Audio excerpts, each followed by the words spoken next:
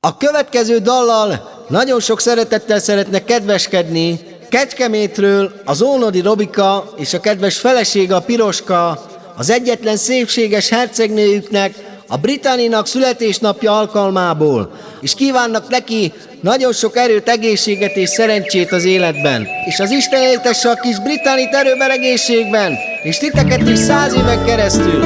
Legyetek szerencsések!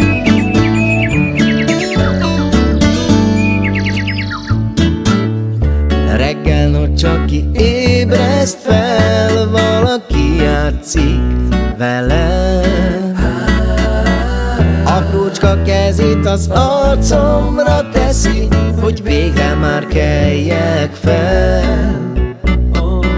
Gyönyörű szemeivel figyeli, hogy kinek tudna beszélni.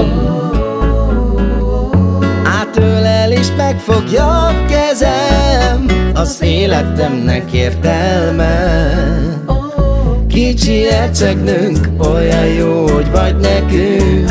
Veled minden nap boldogság az életünk. Nem találjuk párod, a Britney a világon, a legszebbik kis cigánylány. Kicsi hercegnőnk, olyan jó, hogy vagy nekünk.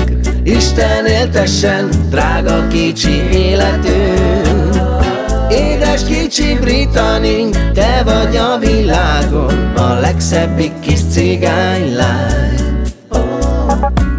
Gyönyörű mosolyával rám nevet, biztos szeretne már valami.